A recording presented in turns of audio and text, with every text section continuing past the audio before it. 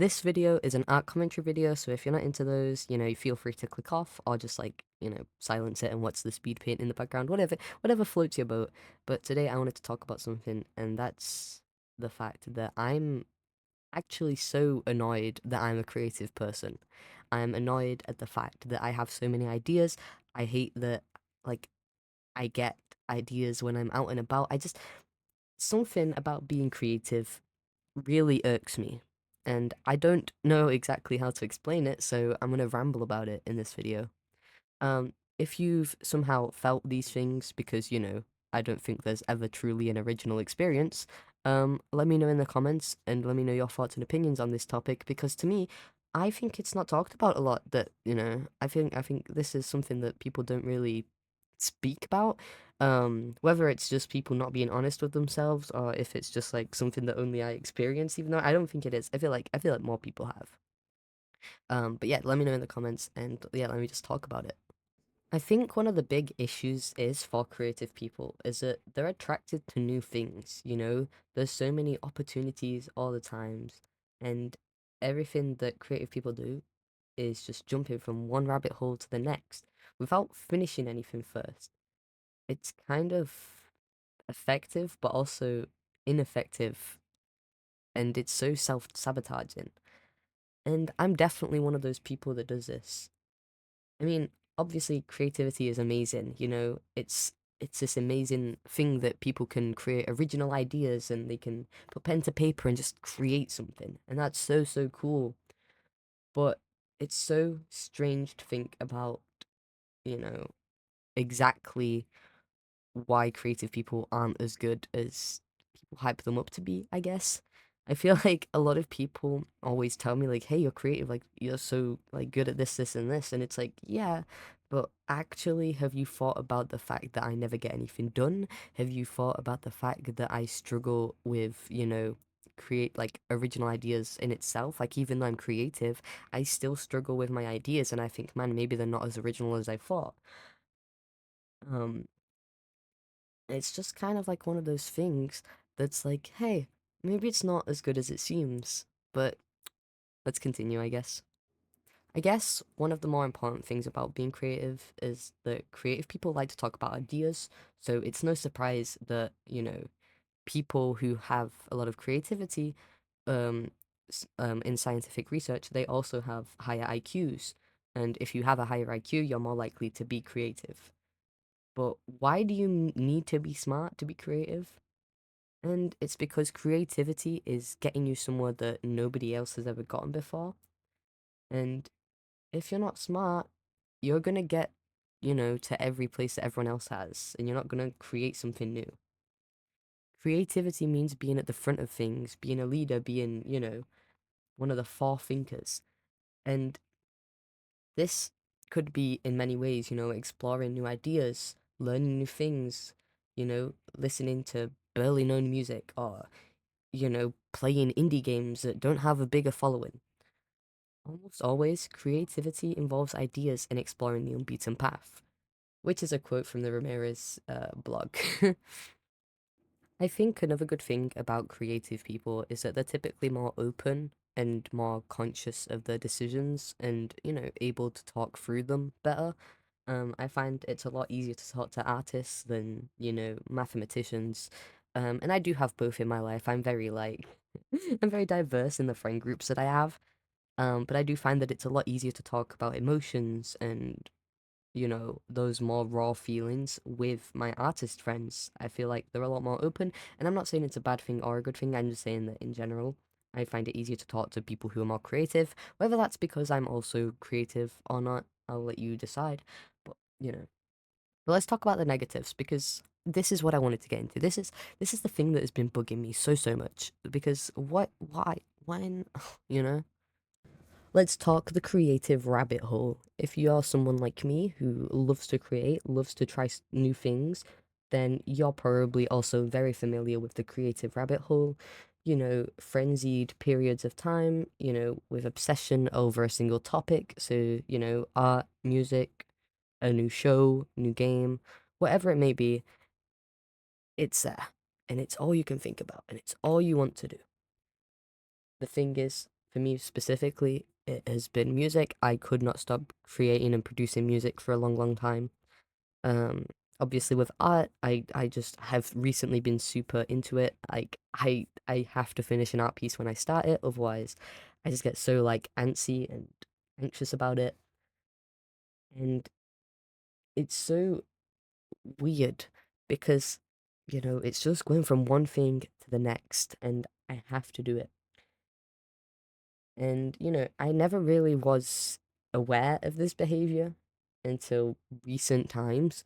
But looking back on it, I'm remembering like, hey, like I've had so many unfinished and like wanted to be finished but couldn't projects because I couldn't focus on them because I had a new interest, a new, curiosity at something new.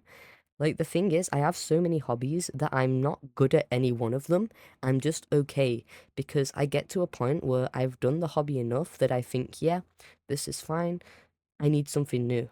And I think for me and maybe other people, and people also might struggle with this, is that once you've got something to a satisfactory level, you just want to do the next thing. And it sucks because I really did, like, I want to be great at something, but I just can't seem to make myself do it enough because my brain craves something else, if that makes sense. And it's frustrating. It's it's a little annoying. I'll give it that. Another thing I struggle with, and being a creative person, I guess, is that I don't feel fulfilled. I don't feel satisfied. Even though I've met all my basic needs, I have a healthy relationship, great friends, loving family, I'm fairly educated, I've been to college and stuff, and I have a job and, you know, I have productivity, like I have productive things to do. Um, but it's just not enough.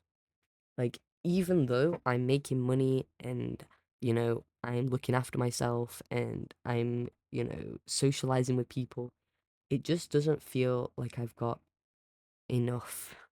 And I don't really know how to explain it other than this just like constant hunger for more.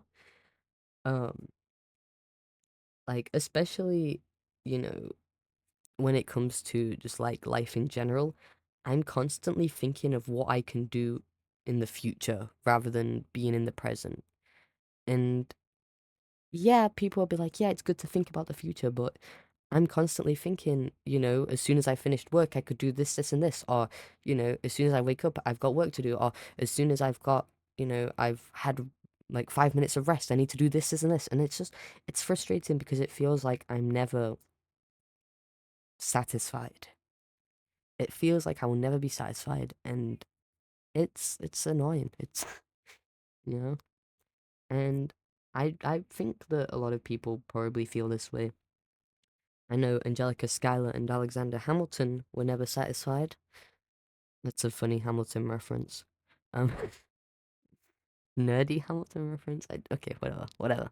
Forgetting that stupid thing. Did you also know there's a thing as being too creative? Because I didn't until I had a therapy session yesterday. Um, and apparently, if you're too creative, you start to see patterns everywhere. Now, I did notice it, um, but I didn't think it was because I was creative. I thought I was just, noticing things that people didn't. And it sucks because apparently my overthinking and overanalysis was just another price to pay for being creative. Like, what? I mean, like, I'm not being funny, but you see it in stores. I see patterns everywhere. Everywhere I go, I see patterns. It could be in the way people talk. It could be in the way the stores are set out. It could be in the way that, people are walking or their actions. And I'm constantly thinking about it. And it's weird because a lot of people don't think about it. Like when I'm talking to my friends, I'd be like, oh, did you notice this person's blah, blah, blah? And they'll be like, oh, I hear you even thinking about it. And it's like, I don't know. It's so frustrating because apparently too creative. That's the reason for it. That's the reason you notice things is because you're too creative. Which what the hell? I did not know about that. More problems when it comes to being creative is also job wise, like financial wise. Creativity is high risk, high return, but it's kind of like gambling. like the lottery. Like sometimes it can turn out really, really good, but most likely you'll be playing the lottery for your entire life and you'll never win the prize. And it's kind of like that.